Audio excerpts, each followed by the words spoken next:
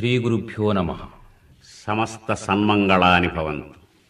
అయ్యా గురుగారు, తింటే గారెలు తినాలి, వింటే భారతం వినాలి అనేది నానుడి. భారతంలో లేనిది ఏదీ లేదు అనేది పెద్దల నుడి. 1,00,000 శ్లోకాల భారత కథలోని ప్రధాన ఘట్టాలను, ధర్మ విషయాలను వినాలని కుతూహలంతో సావధాన చిత్తులై కూర్చున్నారు శ్రోతలు. అందుకోండి. మహాభారత గాథను ప్రప్రథమంగా వ్యాసమహర్షి తన శిష్యుడైన వైశంపాయనుని నోట జనమేజయ మహారాజుకు వినిపించాడు. ఆ వినిపించిన దానిని పురాణగాథలకు పుట్టినిల్లైన నైమిశారణ్యంలో శౌనక మహర్షి సత్రయాగం సాగిస్తున్న రోజులలో స్వాహాకార స్వధాకార వషట్కారాలతో క్రతువు సాగుతున్నప్పుడు అక్కడికి సూత మహర్షి దయచేశారు. నిఖిల పురాణ గాథా రహస్య విశేషాలు తెలిసిన సూత మహర్షిని తిలకించి వారందరూ, మహర్షి, ఈ యాగ సమయంలో ఇక్కడి నిర్మల హృదయులందరికీ ఆహ్లాదం కలిగించే ఇతిహాసం ఏదైనా వినిపించండి అన్నారు.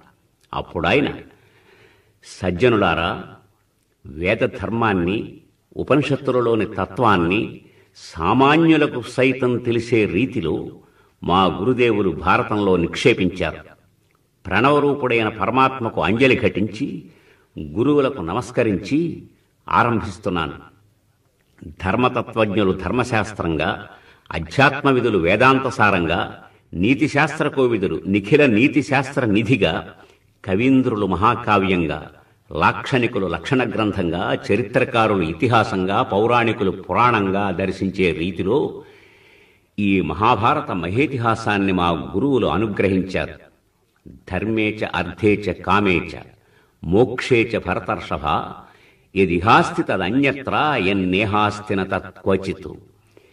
ఈ విశాల విశ్వంలో మానవులందరికీ అవశ్యమైన ధర్మ అర్థ కామ మోక్షాలను బోధించేది ఇదే. దీనిలో లేని అంశం ప్రపంచంలో లేదు. ప్రపంచంలో ఉన్నవి, ఉండేవి, ఉండబోయేవి అన్నీ దీనిలో నిక్షేపిస్తున్నాను. దీనిని వినిపించేవారు, వినేవారు ఇహపరాలలో సుఖశాంతులు పొందుతారు. ఇది మా గురువుల మాట జనమేజయ మహారాజా అని వైశంపాయనుడు చెప్పిన దానిని మీకందరికీ వినిపిస్తున్నాను.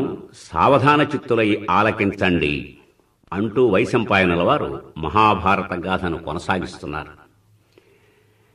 ప్రభు, మీ వంశంలో ప్రతీప మహారాజు ప్రఖ్యాతుడు. ఆయనకు దేవాపి, శంతనుడు, బాహ్లికుడు అని 3 కుమారులు. పెద్దవాడైన దేవాపి లోక కళ్యాణకాంక్షతో రాజ్యం విడిచి తపస్సు చేసుకోవడానికి వెళ్ళాడు. అందువల్ల శంతనుడు మహారాజయ్యాడు. ప్రతీప మహారాజు రాజ్యభోగాలు విడిచి గంగాతీరంలో తపోదీక్షలో ఉండగా ఒకనాడు గంగాదేవి దివ్య సుందర రూపంతో వచ్చి ఆయన కుడితొడ మీద కూర్చుంది. గంగ నిజాంగదీప్తులెసగన్. ప్రతీపుడు కనుడు తెరిచి, ఏమిటి నీ కథ అన్నాడు. చెప్పింది, నేను జహ్నుముని తనయను, మీయందు మనసు పడి వచ్చాను అనగా ఆయన, అగ్నిసాక్షిగా వివాహమాడిన భార్యతో తప్ప ఏ స్త్రీతోనూ సాంసారిక సుఖం అనుభవించే అక్రమానికి నా మనస్సు అంగీకరించదు. పైగా కన్న సంతానం కూర్చోవడానికి యోగ్యమైన కుడితొడ మీద కూర్చున్నావు నువ్వు. నిన్ను భార్యగా స్వీకరించడానికి వీలు లేదు. కుమార్తెతో సమానమైన కోడలివి నువ్వు కావచ్చు గనక నా కుమారుని భార్యవుగా అవుతావు అన్నాడు. ఆ తరువాయి కొన్నాళ్లకి శంతన మహారాజు ఆ ప్రాంతానికి వచ్చాడు. నదీ తీరంలో దివ్య రూపంతో ఉన్న గంగను చూశాడు. గంగ ఈ రాజనందనుని రూప యౌవన సౌందర్యాలు చూసి అనురాగ తరంగిత హృదయంతో కన్నులప్పగించింది. శంతన మహారాజు ఆమెను సమీపించి తన మనస్సు విప్పాడు. అప్పుడు గంగ, మహారాజా, నీ భార్యగా ఉండడానికి నాకేమీ అభ్యంతరం లేదు. కానీ నేను ఏ పని చేస్తున్నానో అడ్డు చెప్పకుండా నా ఇష్టం వచ్చినట్టు నడవనివ్వాలి. నా మనస్సుకు కష్టం కలిగించే మాట కానీ, ఇష్టం లేని పని కానీ చేసినట్లయితే నేను నిన్ను విడిచి వెళ్ళిపోతాను అంగీకరించాడు శంతనుడు. ఉభయులకు విద్యుక్తంగా వివాహం జరిగింది. దాంపత్య జీవితం సాగుతోంది. కలిగిన కొడుకునల్లా గంగలోనే విడిచిపెడుతోంది గంగాదేవి. 7 బిడ్డలను విడిచే వరకు మౌనంగా చూస్తూ ఉన్నాడు శంతనుడు. ఏమంటే తనను విడిచి వెడుతుందో అనే భయంలో 8వ కుమారుడు కలిగాడు. అప్పుడు కూడా ఆ బిడ్డను గంగలో విడిచిపెట్టడానికి వెడుతోంది. శంతనుడు నిరోధించాడు. ఇందరినీ గంగలో విడిచి నేను ఏం కావాలి అని రోధిస్తున్నాడు. అప్పుడన్నది గంగ, మహారాజా, నేను చేస్తున్న పనికి అడ్డు తగిలావు కనుక నియమానుసారం నిన్ను విడిచి వెడుతున్నాను. వెళ్లబోయే ముందు రహస్యం విను. వశిష్ఠ మహర్షి శాపం వల్ల వసువులు యనమండుగురు నా గర్భాన పుట్టి విముక్తులు కావాలి. వారిలో 8వ వాడు నీకు ఆనందం కలిగిస్తూ ఉంటాడు. వీడికి గంగా ఆనందనుడు అని పేరు పెడుతున్నాను. వీడు నిఖిల విద్యావిధుడై లోకవిఖ్యాతుడవుతాడు. వీడు పెద్దవాడయ్యే వరకు నా దగ్గరే ఉండి విద్యాబుద్ధులు నేర్చుకుని నీ సన్నిధికి వస్తాడు అని కుమారుని వెంటబెట్టుకుని నిజ నివాసానికి వెళ్ళింది. శంతనుడు ఇంటికి చేరాడు. ధర్మ మార్గాన ప్రజాపాలన సాగిస్తున్నాడు. 24 సంవత్సరాలు గడిచాయి. ఆ వయస్సులో గంగానందనుడు శస్త్రాస్త్రవిధుడై నదీ తీరాన సాధన చేస్తున్నాడు. ఆ ప్రాంతానికి విహారానికి వచ్చిన శంతనుడు ఈ బిడ్డ తన కుమారుడే అని గ్రహించి వెంటబెట్టుకుని రాజధానికి తీసుకువచ్చి యువరాజుగా పట్టాభిషేకం జరిపాడు. కాలం నడుస్తోంది. ఒకనాడు శంతన మహారాజు యమునా నదీ తీరాన విహరిస్తూ అక్కడ ఒక సుందరిని చూసి ఆమె సౌందర్యానికి ఆశ్చర్యచకితుడై, రమణి, ఎవరి బిడ్డవు? ఎందుకిలా పడవ నడుపుతూ బ్రతుకుతున్నావు? మహాత్మా, నేను ఈ నిషాదరాజు బిడ్డను. ఈ నదిని దాటడానికి వచ్చే బాటసారులను పడవ మీద నడుపుతూ ఉంటాను అనగానే శంతనుడు ఆ రాజును సమీపించి, నీ బిడ్డను నాకు భార్యగా ఇవ్వాలి అన్నాడు. అంటుంటే ఆయన, మహారాజా, మీ అంతటి వరుడు లభించటం కంటే నాకేం కావాలి? కాని ఒక్క మాట, ఈమెకు కలిగే బిడ్డ నీ రాజ్యానికి అధిపతి కావాలి. అందుకు సమ్మతమైతే నా బిడ్డను పరిగ్రహించండి. శంతనుడు విచారంతో ఇంటిముఖం పట్టాడు. ఆమె మీద వ్యామోహంతో మనస్సు ఆవేదనాపరమైంది. ఏ పని చెయ్యలేకపోతున్నాడు. శరీరం శుష్కిస్తోంది. అది చూసి గాంగేయుడు తన వృద్ధ మంత్రి ద్వారా తండ్రి బాధ తెలుసుకుని ఆ నిషాదుని దగ్గరకు వెళ్ళి, దాసిరాజా, నీ బిడ్డకు పుట్టే కుమారుడే చక్రవర్తి అవుతాడు. కన్న తండ్రి సుఖం కోసం నేను రాజ్యాధికారం వదులుకుంటున్నాను. నీకు విశ్వాసం కలగడానికి నేటి నుండి బ్రహ్మచర్య వ్రతాన్ని అనుసరిస్తున్నాను. మీరు నిస్సంశయంగా మీ కుమార్తెను నాతో పంపండి అని సత్యవతిని రథం మీద రాజధానికి తెచ్చి కన్న తండ్రికిచ్చి వివాహం చేశాడు. శంతనుడు సంతోషంతో, నాయనా, నీ ధర్మనిష్టకు ఫలంగా స్వచ్ఛంద మరణాన్ని అనుగ్రహిస్తున్నాను అన్నాడు. తండ్రి కోసం బ్రహ్మచర్య వ్రత ప్రతిజ్ఞ చేసిన కారణంగా నాటి నుంచి ఆ భీష్మ ప్రతిజ్ఞ చేసిన వాడు భీష్ముడు అనే పేరుతో లోకంలో ప్రఖ్యాతుడయ్యాడు. శంతనుని వల్ల సత్యవతికి చిత్రాంగద విచిత్రవీర్యులనే కుమారులు కలిగారు. వారు చిన్నవారుగా ఉండగానే శంతనుని దేహయాత్ర అయిపోయింది. అప్పుడు భీష్ముడు తల్లితో సంప్రదించి చిత్రాంగదుని సింహాసనం ఎక్కించాడు. వాడు బల మద గర్వంతో తిరుగుతూ చిత్రాంగదుడనే గంధర్వుని చేతులలో కన్నుమూశాడు. తరువాయి విచిత్రవీర్యునికి పట్టాభిషేకం జరిపారు. వాడికి యవ్వనం రాగానే భీష్ముడు వెళ్లి కాశీరాజకన్యలు అంబా, అంబిక, అంబాలికలు ముగ్గురిని తీసుకొచ్చి వివాహం చెయ్యబోగా వారిలో అంబ, మహారాజా, నేను యుతఃపూర్వమే సాళ్వదేశ ప్రభువును మనసా భర్తగా ఆరాధిస్తున్నాను అనగా ఆమెను రథమెక్కించి సాళ్వదేశం పంపి అంబిక, అంబాలికలను విచిత్రవీర్యునితో వివాహం జరిపించాడు. వెళ్లిన అంబ అదే రథం మీద తిరిగి వచ్చి, భీష్మ, సాళ్వుడు నన్ను తిరస్కరించాడు. నువ్వు ఇటు తీసుకురావడం వల్ల కనుక స్వయంవరంలో మమ్మల్ని ఎత్తుకొచ్చావు గనక నన్ను నువ్వు భార్యగా స్వీకరించాలి అంది. భీష్ముడు తన ప్రతిజ్ఞ వివరించాడు. వినలేదు అంబ. ప్రతీకారం తీర్చుకోవడానికి అంబ మహారణ్యాలకు పోయి తీవ్ర తపస్సు చేసింది. ఈ కథ ఇలా సాగుతూ ఉండగా విచిత్రవీర్యుడు నిరంతరం కామోపభోగాలలో మునిగి తేలుతూ క్షయవ్యాధితో కన్ను మూశాడు. వానికి దహన కర్మలన్నీ పూర్తి చేయించిన అనంతరం సత్యవతి భీష్ముని పిలిచి, నాయనా, మన వంశం అంతరించే ప్రమాదం ఏర్పడింది. ఇప్పుడు నా కోడళ్ళిద్దరూ మంచి యవ్వనంలో ఉన్నారు. దేవరన్యాయం ప్రకారం వారికి సంతానాన్ని కలిగించి వంశాన్ని వృద్ధి చేయాలి అనగా భీష్ముడు, అమ్మా, నా ప్రతిజ్ఞ మీకు తెలియంది కాదు. ఇప్పుడు దాన్ని తప్పి చరించాను. త్రిలోకాధిపత్యం వచ్చినా వదులుకుంటాను, కానీ వ్రతభంగం కానివ్వను. నాయనా, నీ నియమ విషయం నాకు తెలుసు, కానీ ప్రభువు లేని ప్రజలకు రక్షణ ఉండదు, ధర్మదృష్టి నశిస్తుంది, దేవతలకు సాధువులకు పూజా గౌరవం ఉండవు. అందుచేత ముందు రాజ్యాధికారాన్ని స్వీకరించు అనడంతో భీష్ముడు, అమ్మా, ఎందుకు ఈ ప్రలోభం కల్పిస్తారు? సింహాసనానికి నాకు ఏ సంబంధం లేదు, మరొక ఆలోచన ఏదైనా చూడండి అంటే అప్పుడు సత్యవతి, నాయనా, నాకు పరాశరుని అనుగ్రహం వల్ల కలిగిన వ్యాసుడిని స్మరిస్తాను. ఆ బాలుడు వచ్చి మనం ఏం చెయ్యాలి అనేది నిర్ణయిస్తాడు అంది. అంటూ ఒక్కమారు కుమారుణ్ణి స్మరించింది. స్మరించగానే వచ్చిన కొడుకును దగ్గరగా తీసుకుని శిరస్సు నిమురుతూ భీష్ముని వైపు తిరిగింది. తిరిగి, నాయనా, నీకు కూడా ఈ కథంతా తెలిసే ఉంటుంది. ఈ వంశాన్ని నిలబెట్టవలసిన బాధ్యత భీష్ముడు స్వీకరించడం లేదు కనుక నువ్వు మార్గాంతరం చూడాలి అనగా, అమ్మా, దేవరన్యాయాన పుత్రులు కలగడం ధర్మబద్ధం. అయితే ఒక్క ఏడాది నీ కోడళ్ళిద్దరూ నేను చెప్పిన నియమాన్ని పాటించాలి అన్నాడు. నాయన, సింహాసనం రాజశూన్యంగా ఉండకూడదురా. దానివల్ల ఎన్నో ఉపద్రవాలు వస్తాయి, ధర్మం నశిస్తుంది, అక్రమాలు చేసేవారు పెరుగుతారు. అందుచేత ఇప్పుడే పుత్రులు కలగాలి అనడంతో అంగీకరించాడు వ్యాసుడు. సత్యవతి తన పెద్ద కోడలైన అంబికను శయ్యాగారానికి పంపింది.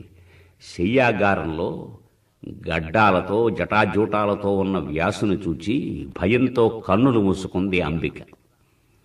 ఆమెకు పుత్రదానం చేసి తిరిగి వెడుతూ, అమ్మా, అంబిక, తన కన్నులు మూసుకున్న కారణంగా గ్రుడ్డివాడు పుడతాడు. బలపరాక్రమాలలో అంతటి వాడుండడు, కాని మాతృదోషం వల్ల అంధత్వం తప్పదు అనగానే సత్యవతి, హీనాంగం పృథివీపాలం నాభినందంతి దేవతాహ, వికలాంగుడు, అందులో అంధుడు, వీడు సింహాసనం ఎక్కే అధికారం లేదు కనుక అంబాలికకు యోగ్యుడైన పుత్రుణ్ణి అనుగ్రహించు అని అంబాలికను పంపింది. అంబాలిక లోపలికి వస్తూనే కంపిత దేహంతో ఆయనతో కలిసింది. తిరిగి వస్తూ వ్యాసుడు, అమ్మా, కంపిత దేహంతో రావడం వల్ల అంబాలికకు త్వగ్దోషం గల కుమారుడు కలుగుతాడు అంటే ఆవిడ, నాయనా, అంబికకే మరొక కుమారుని అనుగ్రహించు అంది. ఆ వికార రూపాన్ని భరించలేని అంబిక తన దాసిని అలంకరించి పంపింది. లోకవిఖ్యాతుడైన మహర్షి అనుగ్రహం తనకు లభిస్తోందనే సంతోషంలో ఆ దాసి ఆయనకు సేవ చేసి సుఖంగా ఆయనతో శయనించింది. అప్పుడు వ్యాసుల వారు తిరిగి వెడుతూ, అమ్మా, నీ పెద్ద కోడలు తన దాసిని పంపింది, ఆమె గర్భాన ధర్మవిధుడైన కుమారుడు పుడతాడు అని ఆశ్రమానికి వెళ్ళాడు. ఆ విధంగా కలిగిన ధృతరాష్ట్ర పాండురాజ విదురుడు భీష్ముని రక్షణలో పెరుగుతున్నారు. వయస్సు రాగానే వారికి విద్యాబుద్ధులు నేర్పించి చక్కని వర్తనాన్ని అలవడచేశాడు భీష్ముడు. అంతవరకు రాజప్రతినిధిగా పాలన భారాన్ని ప్రక్కనే ఉండి నిర్వహిస్తున్నాడు. అలా పెరిగినటువంటి ధృతరాష్ట్ర పాండురాజులకు వివాహాలు జరపాలి అని సంకల్పించిన భీష్ముడు సుబలుని కుమార్తె అయిన గాంధారి గుణరూపశీలవతి అని గ్రహించి వర్తమానం పంపాడు. అక్కడ అంతఃపురంలో కలకలం పుట్టింది. జీవితానికి ప్రధానమైన కళ్ళు లేనివాడికి మన పిల్లని భార్యగా ఇవ్వడమా అని గుసగుసలాడుతుంటే గాంధారి, నాన్నా, నేను ఆయననే వివాహం చేసుకుంటాను. ఏ క్షణంలో ఆయనను నా భర్తగా భావించానో ఆ క్షణంలోనే మరొక పురుషుడు నా మనసులోకి రాడు అని పరపురుష దర్శనం కూడా అంగీకరించక కన్నులకు గంతలు కట్టుకుంది గాంధారీదేవి. గాంధారితో పాటు ఆమె చెల్లెళ్ళు 10 మందిని కూడా ధృతరాష్ట్రునికిచ్చి వివాహం జరిపించారు. అందరినీ వెంటబెట్టుకుని వారి సోదరుడు శకుని హస్తినాపురం చేరాడు. పాండురాజుకు యోగ్యమైన భార్య ఎవరా అని ఆలోచిస్తూ కుంతిభోజుని దత్తపుత్రిక అయిన కుంతి యోగ్యురాలు అని నిశ్చయించి కుంతితో వివాహం జరిపారు. ఆ తరువాయి మద్రదేశాధిపతి కూతురైనటువంటి మాద్రిని తీసుకొచ్చి వివాహం జరపడానికి నిశ్చయించారు. ఈ వార్త విన్నాడు శల్యుడు. విని, భీష్మ పితామహ, మా దేశాచారాన్ని అనుసరించి కొంత కన్యాశుల్కం సమర్పిస్తే కాని వివాహం జరపడానికి వీల్లేదు అన్నాడు.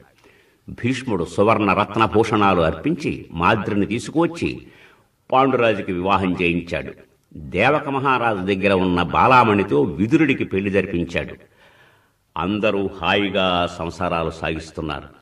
ఆ రోజులలో పాండురాజు తన భార్యలిద్దరితో వనవిహారానికి వెళ్లి అక్కడ వేట సాగిస్తూ సాంసారిక సుఖం అనుభవిస్తున్న లేడి జంటలో ఒక దానిని బాణంతో పడగొట్టాడు.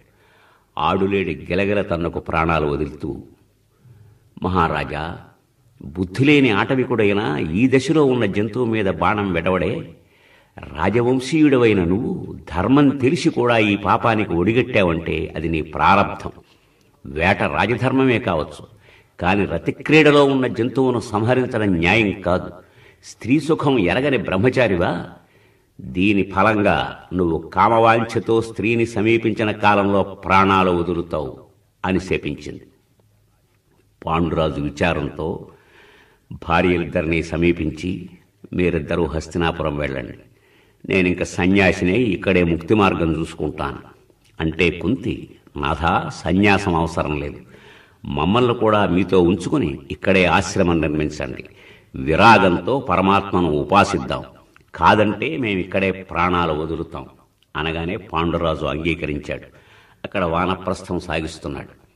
ఒకనాడు పాండురాజు కుంతీదేవిని పిలిచి, సంతానహీనుడికి ఇహంలో పరంలో సుఖం శాంతి ఉండదు. దురదృష్టవశాత్తు నాకు సంతానాన్ని కనే అవకాశం లేదు. నువ్వు బాగా ఆలోచించి ఏదో మార్గాన సంతానవతివి కావాలి. అందుకు ధర్మశాస్త్రం కొన్ని దారులు చూపుతోంది. వివాహమాడిన భర్త వల్ల కలిగిన కుమారుడు ఔరసుడు. ఆ అవకాశం లేనప్పుడు ఉత్తముడు సజ్జనుడు అయిన పురుషుని వల్ల సంతానాన్ని పొందితే వాడు ప్రణీతుడవుతాడు. అందుచేత అటువంటి ప్రయత్నం సాగించు అనగా, మహారాజా, ధర్మవిధురైన మీరు ఏం మాట్లాడుతున్నారో ఊహించారా? మిమ్ము తప్ప ఎవరినీ నేను దరిజారనివ్వను. మీ పాదసేవలోనే నా జీవితం కడతెరాలి. అలానే ఈ జీవితం కడతేరిపోవాలి తప్ప పరపురుష స్పర్శను సహించను. ప్రాణేశ్వరి, భర్త చెప్పిన మాటను శిరసావహించి ఆచరించడం కంటే పతివ్రతకు ధర్మం లేదు. సంతాన వాంఛతో ఉన్న నాకు సంతోషం కలిగించడం నీ విధి. అయితే వినండి, మీ శాసనాన్ని అవశ్యం ఆచరించగలను. ఒక మహర్షి అనుగ్రహం వల్ల పొందిన మంత్రబలంతో ఏ దేవతను ఉపాసిస్తే ఆ దేవత వల్ల నాకు సంతానం కలుగుతుంది. మీ అనుమతితో ఆ మంత్రాన్ని ఉపాసించి పుత్రవతిని అవుతాను అని యమధర్మరాజును, ఇంద్రుని, వాయువును ఉపాసించి వారి వల్ల ధర్మజ భీమ అర్జునులను కన్నది. ఇక్కడ ఇలా సాగుతూ ఉండగా హస్తినాపురంలో వ్యాస మహర్షిని సేవించి ఆయన అనుగ్రహంతో 100 బిడ్డల తల్లి అయ్యే వరం పొందిన గాంధారి కుంతికి ధర్మరాజు పుట్టిన వార్త విని విచారంతో గర్భం మీద తాడనం చేసుకుంది. దానితో లోహ సదృశమైన పిండం బయటపడింది. అప్పుడు అక్కడికొచ్చిన వ్యాసుల వారు ఆ పిండాన్ని నీటితో తడిపించారు. అది 101 ముక్కలైంది. అన్నిటినీ నీతి కుండలలో పెట్టించి భద్రంగా వాటిని కాపాడుతుంటే పుత్రులు వస్తారు అని చెప్పాడు. కొన్నాళ్లకు మొదటి కుండ నుండి దుర్యోధనుడు పుట్టాడు. వాడు పుడుతుంటే గాడిదలు ఓండ్ర పెట్టాయి, ఉల్కలు పడ్డాయి, ఉత్పాతాలెన్నో గోచరించాయి. ఈ అశుభాలన్నిటికీ భయపడి ధృతరాష్ట్రుడు వృద్ధులైన భూసురులను రావించి ఏమిటి దీని పర్యవసానం అనగా, మహారాజా, ఇవన్నీ వంశనాశన హేతువులు, అందుచేత వీణ్ణి విడిచిపెట్టేయడం మంచిది అన్నారు. పుత్రవాత్సల్యమున్న ధృతరాష్ట్రునికి వాని మాటలు చెవికెక్కలేదు.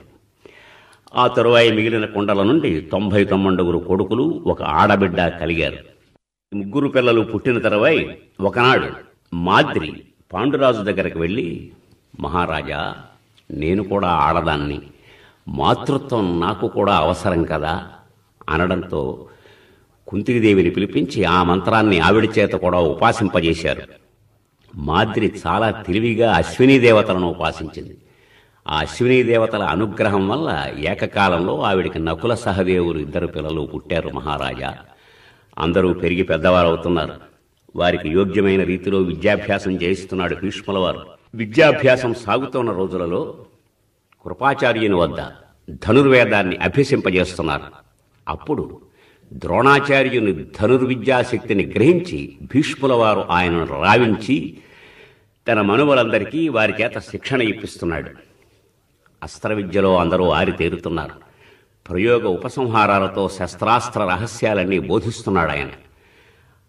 ఆ రోజులలో ఒకనాడు వీరందరి అస్త్రవిద్యా ప్రదర్శనానికి యోగ్యమైన ముహూర్తాన్ని నిశ్చయించారు. దుర్యోధన సోదరులు పాండవులు విలువిద్యలో ఆరితేరారు. వారి శక్తి ప్రదర్శిస్తున్నారు. అందరూ విద్యా ప్రదర్శనం చేసిన తరువాయి అర్జునుడు తన శక్తిని ప్రదర్శిస్తూ ఉండగా రంగమండపం మీదకి సింహంలా దూకాడు కర్ణుడు. ఆ కర్ణుని యొక్క కాంతి ప్రాంశు కనకతాళాభ సింహ సంహననో యువ. శాలప్రాంశుడై ఉజ్వల కవచ శోభితుడై సూర్యాగ్ని సదృశ కాంతియుతుడైన కర్ణుని చూస్తూ అందరూ తెల్లబోయారు.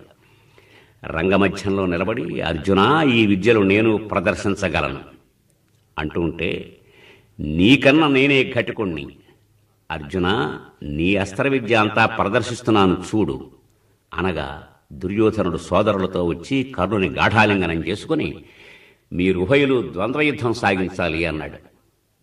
అప్పుడు అర్జునుడు, కర్ణ, ఆహ్వానం లేకుండా వచ్చేవాడు, అడగకుండా వాగేవాడు ఏ లోకాలకు పోతారో నిన్నక్కడికి పంపుతున్నాను అంటే కర్ణుడు, కౌంతేయ, ఇది విద్యా ప్రదర్శన మంటపం, అంతేకాని ఉపన్యాస వేదిక కాదు. ఇక్కడికి ఒకరిని పిలవ పని లేదు. బలపరాక్రమాలున్న వారెవరైనా రావచ్చు. నా విద్య ప్రదర్శించి నిన్ను నేలపాలు చేస్తాను అంటుంటే కృపాచార్యులు, ద్వంద్వయుద్ధానికి దిగేవారి కులశీలాలు సమానంగా ఉండాలి. ఈ అర్జునుడు పాండురాజనందనుడు, కురువంశీయుడు. నీ వంశము కులగోత్రాలు చెప్పు అనగా కర్ణుడు తల వంచి నిలబడ్డాడు. అప్పుడు దుర్యోధనుడు లేచి, గురుదేవా, మీరు శాస్త్రవాక్యాలు చెబుతున్నారు, నా మాట వినండి. రాజవంశంలో పుట్టినవారే కాదు, శూరులు సేనాపతులు కూడా క్షత్రియులే. అది కాదంటే ఈ క్షణంలో నేను వీనిని అంగదేశానికి ప్రభువుగా అభిషేకిస్తున్నాను, వీడు రాజవుతాడు. ఇప్పుడు నడిపించండి యుద్ధం అన్నారు. అంతలో సూర్యాస్తమయమైంది. విద్యా ప్రదర్శనం ఆపుచేసి ఎవరి గృహాలకు వారు వెళ్లారు. నాటి నుండి కర్ణుని మీద అర్జునుడికి, అర్జునుడి మీద కర్ణుడికి ద్వేషం పెరుగుతూ ఉంది. సాగుతున్నాయి రోజులు. ఆ రోజులలో ఒకనాడు ఆటల నెపంలో నదీ తీరానికి వెళ్లిన భీముడికి విషం కలిపిన అన్నం పెట్టించారు. పాముల చేత కరిపించారు. తాళ్లు కట్టి నదులలో తోయించారు. ఇన్ని చేసిన భీమసేనుడు విధి అనుకూలంగా ఉండడం వల్ల ప్రాణాలు పోకుండా తిరిగి వచ్చాడు. ఈ ద్వేషాలు పెరగడం ఇష్టం లేక ధృతరాష్ట్ర మహారాజు బాగా ఆలోచన చేసి వీరిని ఇక్కడ ఉంచడం కంటే వారణావతానికి పంపించినట్లయితే బాగుంటుంది అనుకుని వారణావతంలో లక్క ఇల్లు నిర్మింపజేసి ఆ లక్క ఇంటికి వీరిని పంపాడు. అక్కడ వారు నిద్రిస్తున్న సమయంలో ఆ కొంపకు నిప్పెట్టాలి అని ఆలోచన చేశారు. ఇది గ్రహించిన ధర్మరాజు భీమునితో విషయమంతా చెప్పాడు. భీముడు ప్రతిరోజు ఆ గృహ మధ్యంలోంచి అరణ్యంలోకి వెళ్లడానికి ఒక సొరంగ మార్గాన్ని నిర్మించే కనకుడొకణ్ణి రప్పించి వాడి చేత సొరంగాన్ని తవ్విస్తూ ఉన్నాడు. సొరంగ మార్గం పూర్తి కాగానే, ఇంకా ఈ నిప్పెట్టేవాడు రాకుండానే భీమసేనుడే అర్ధరాత్రి పూట ఆ లక్క ఇంటికి నిప్పు పెట్టి తల్లిని, అన్నగారిని, తమ్ముళ్ళని భుజాల మీద ఎక్కించుకుని సొరంగ మార్గాన అరణ్యంలో సాగి ఏకచక్రపురం చేరారు.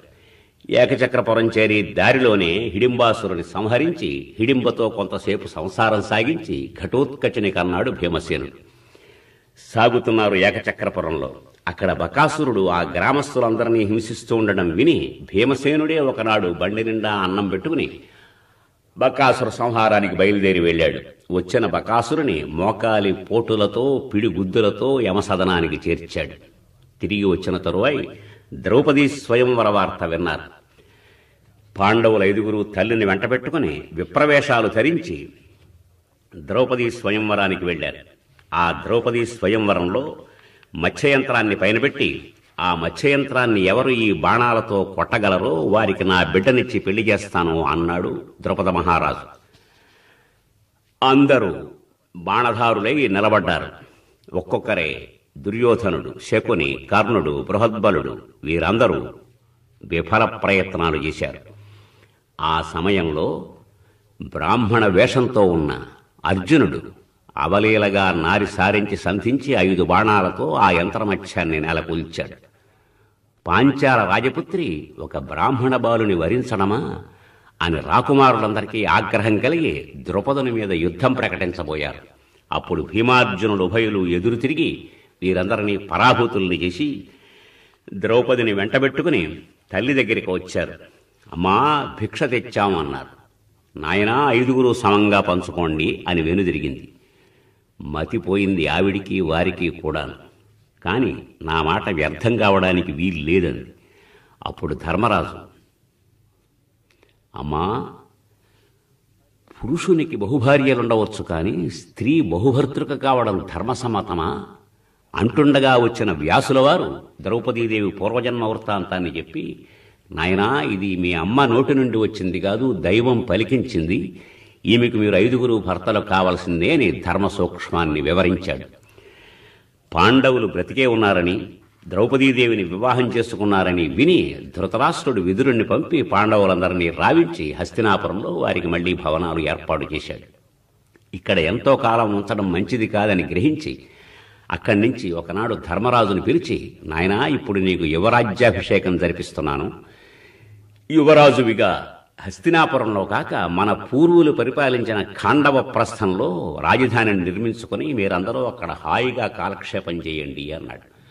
పాండవులందరూ తమ మిత్రులతో ఇతర బంధుజనులతో హస్తినాపురం నుంచి ఖాండవ ప్రస్థం చేరి అక్కడ ఒక భవనాన్ని నిర్మింపజేసుకుని కాలక్షేపం చేస్తున్న రోజులలో కృష్ణార్జునుడు ఉభయులు ఒకనాడు విహారానికి వెడుతూ ఉండగా అక్కడకు విప్రవేశంతో వచ్చిన అగ్నిహోత్రుడు తనకు ఈ ఖాండవనాన్ని దహిస్తే కాని పట్టిన అజీర్ణ వ్యాధి వదలదు అన్నాడు. కృష్ణార్జునుడు ఉభయులు అగ్నిహోత్రుడికి అభయం ఇచ్చారు. దేవేంద్రుడు కుంభవృష్టి కురిపిస్తుంటే అర్జునుడు తన బాణాలతో ఆ వాన పడకుండా మరొక మేఘమండలాన్ని కింద సృష్టించాడు. అగ్నిహోత్రుడు సంతృప్తుడయ్యాడు. ఆ సమయంలో ఆ వనంలోనే ఉన్న మయుడు అనే దానవుడు దాంట్లోంచి తప్పించుకొస్తుంటే అర్జునుడు బాణాన్ని సంధించాడు. వాడు వీరి పాదాల మీద పడి, స్వామి, నన్ను అనుగ్రహించండి, ఎప్పుడైనా మీకేదో ఉపకారం చేస్తానన్నాడు. సరే, ఎప్పుడో కాదు, వీరు నిర్మించబోయేటువంటి రాజధానిలో ఒక మహాసభాభవనం నిర్మించి పెట్టు అన్నాడు కృష్ణుడు. అంగీకరించాడు మయుడు. సభాభవనాన్ని నిర్మించి తెచ్చాడు. 14 మాసాల వ్యవధిలో నిర్మించిన సభాభవనంలో రకరకాలైనటువంటి విశేషాలను నిర్మిస్తూ చెప్పాడు, ధర్మనందన, ఇంద్రనీలాలను తిరస్కరించే జలాలతో, అరుణ పద్మాలతో, చక్రవాకాది జలపక్షులతో, స్వర్ణమయాలైన మత్స్య కూర్మాలతో ఈ సరోవరము, దీని స్ఫటిక సోపానాలు నిర్మించాను. దీని ఒడ్డునే శిలావేదికలు. వివేకం లేని వారికి ఇది సరోవరంలా కాక చక్కని పచ్చిక బయలులా కనిపిస్తుంది.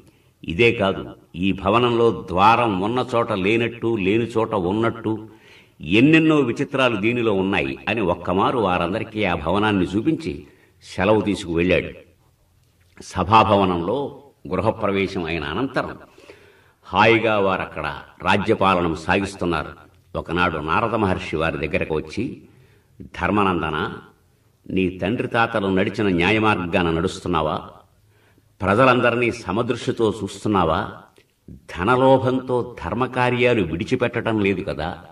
కామబుద్ధితో ధర్మార్థాలను విడిచిపెడుతున్నావేమో. జాగ్రత్తగా ఉండాలి. ఉదయ సమయంలో దాన ధర్మాలు చేయాలి. మధ్యాహ్న వేళ డబ్బును సంపాదించే దారులు చూడాలి. రాత్రి వేళల సాంసారిక జీవితం సాగించాలి. ఇలా సాగించేటువంటి వాడు ఎవడైనా సరే హాయిగా ఇహంలో పరంలో సుఖాన్ని పొందుతారు. ధనం ఉన్నదే, అది దుర్వ్యసనాల వైపు మనస్సును నడుపుతుంది. అక్కడ కొంచెం జాగ్రత్త పడాలి. అకాలంలో నిద్రపోకూడదు. రాత్రి జాగరణ చెయ్యకూడదు. విషమ సమస్యలు ఎదురైనప్పుడు ప్రధానులతోనే సంప్రదించాలి. 100 మంది మూర్ఖులు మన చుట్టూ చేరి భజన చేస్తూ ఉంటారు. వారిని దూరంగా ఉంచాలి. వీరిని నమ్మి విద్వాంసులను దూరం చేసుకున్నావో రాజ్యం నాశనమైపోతుంది. వ్యక్తుల స్వభావాలు పరిశీలించాలి. దాన్ని బట్టి వారిని ఉత్తమ పదవులకు, మధ్యమ స్థానాలకు, అధమ స్థితికి దింపుతూ ఉండాలి. నీ సేనలో, నీ సేవలో ఎందరో సాహసం, పరాక్రమం ప్రదర్శిస్తూ ఉంటారు.